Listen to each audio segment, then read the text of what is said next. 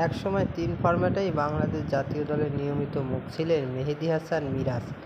তারকা এই অলরাউন্ডার এখন টি-20 ফরম্যাটে অনিয়মিত মুখ, যে কারণে আসন্ন টি-20 বিশ্বকাপ স্কোয়াডে মিরাজ যে থাকবেন না সেটি বেশ আগেই ধারণা করা হয়েছিল।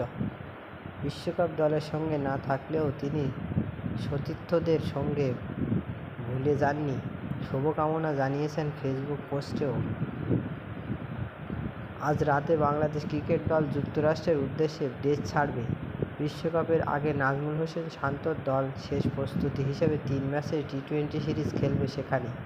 শান্ত সাকিবরা যখন দেশ ছাড়ার প্রস্তুতি নিচ্ছেন, তখন স্বভাবতই দলের বাইরে থাকা ক্রিকেটারদের মনের কোণে অতৃপ্ত ও আক্ষেপ ভর করেছে।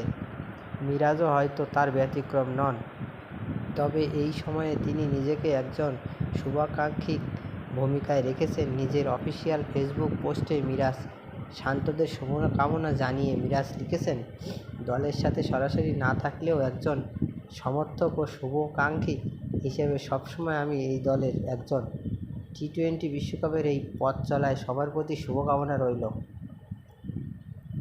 আইসিসির মেগা আসরটিতে অংশ নিতে আজ দিবাগত রাত 1:40 ফ্লাইটে আমেরিকার উদ্দেশ্যে দেশ ছাড়বেন চন্ডিকা হাথুরুসিংহের শিষ্যরা। দলের সঙ্গে টিম ম্যানেজমেন্টের সদস্য, কোচিং স্টাফ সহ সব খেলোয়াড়রাই যাওয়ার কথা রয়েছে। বিশ্বকাপের আগে বাংলাদেশ আমেরিকার হোম কন্ডিশনের সঙ্গে মানিয়ে নিতে চায়। উল্লেখ্য, বাংলাদেশ জাতীয় দলের হয়ে এখন পর্যন্ত 25টি টি-20 খেলেছেন মেহেদী মিরাজ, যেখানে 26 বছর বয়সী এই অলরাউন্ডার 248 রান ও 13টি উইকেট শিকার করেছেন। সর্বশেষ বিপিএলে বল হাতে যেভাবে কার্যকরী ভূমিকা রাখতে না পারায় মূলত মিরাজকে টি-20 ফরম্যাটের ভাবনা থেকে সরিয়ে রাখা হয়।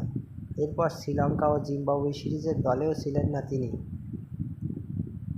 Rafiquzzaman, RM news.